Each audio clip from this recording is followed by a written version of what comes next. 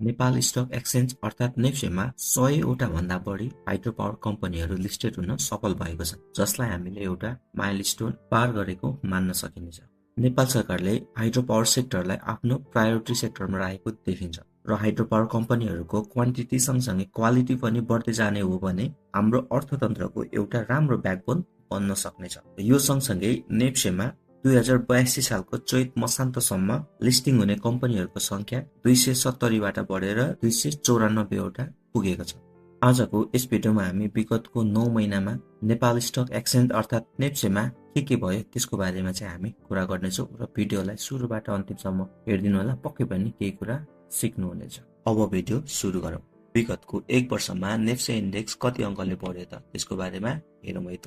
2081 साल चैत मसान्तमा नेप्से इन्डेक्स 2662 अङ्कको आसपासमा थियो, तर 2082 को चैत मसान्तसम्म आइपुग्दा नेप्से इन्डेक्स बढेर 2833 अङ्कको आसपासमा आइपुगेको छ। अर्थात् यो वृद्धिलाई हेर्दा नेप्से इन्डेक्स 6.44% ले बढेको देखिन्छ र अङ्कमा हेर्दा 171 पोइन्टले बढेको देखिन्छ।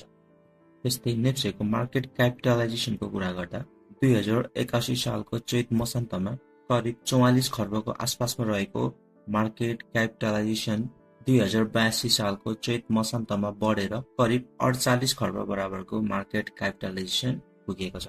यसरी हेर्दा नेप्सेको मार्केट क्यापिटलाइजेसन 1 वर्षमा 9.20% ले बढेको देखिन्छ, अर्थात् करिब 4 खर्ब भन्दा बढीले नेप्सेको मार्केट क्यापिटलाइजेसन 1 वर्षमा बढेको देखिन्छ। त्यस्तै नेप्सेको मार्केट क्यापिटलाइजेसन जीडीपीको तुलनामा कति पर्सेन्ट रहेको छ त्यसको बारेमा पनि हेर्नेछौँ। 2081 चैत मसान्तमा मार्केट क्याप टु जीडीपी 71.38% थियो, जुन 2082 चैत मसान्तमा बढेर 73.23% रहेको छ। यहाँबाट क्लियरली देखिन्छ हाम्रो देशको जीडीपी भन्दा नेप्सेको मार्केट क्याप धेरै बढेको देखिन्छ। अब कुरा गर्नेछौँ नेप्सेमा लिस्टिङ भएको सेक्टर वाइज कम्पनीहरूको बारेमा।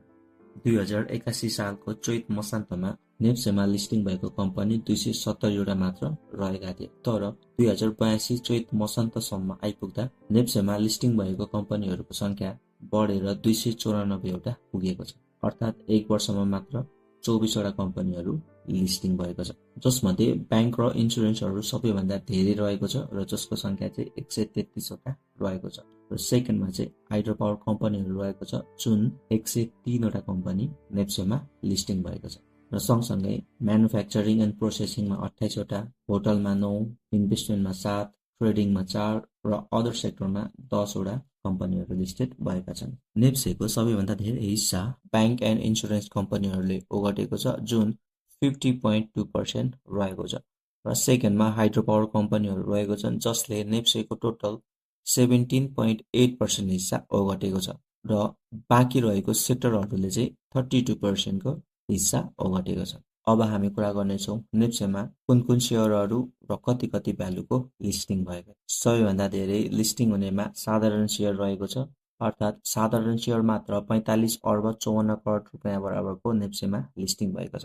र गएको चैत महिनासम्ममा सेकेन्डमा सबैभन्दा धेरै लिस्टिङ हुनेमा बोनस सेयर रहेको छ, जुन 39 अर्ब 89 करोड रुपियाँ बराबरको रहेको छ।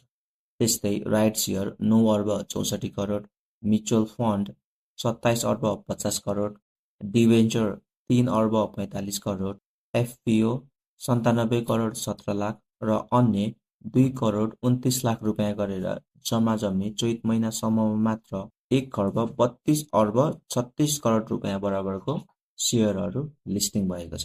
र अन्त्यमा वर्ल्डको इकोनोमिक ग्रोथ 3.4% ले हुने अनुमान गरिएको थियो, तर मिडल इस्टको वारले गर्दा यो ग्रोथ घटेर 3.1% मा झर्ने अनुमान गरिएको छ। र त्यस्तै नेपालको केसमा भने नेपालको इकोनोमिक ग्रोथ 3.85% को आसपासमा रहने अनुमान गरिएको छ।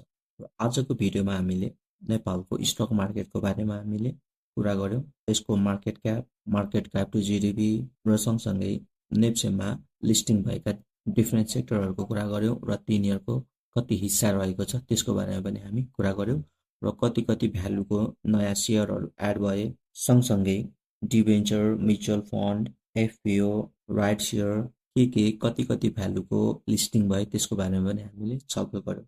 सो ओभरअल भिडियो हेरेर तपाईँले पक्कै केही पनि सिक्नुभयो होला र यो भिडियोमा यदि तपाईँलाई केही पनि कुरा कन्फ्युजन लागेको छ भने कमेन्ट बक्समा लेख्न सक्नुहुनेछ। सो आजलाई चाहिँ यति नै।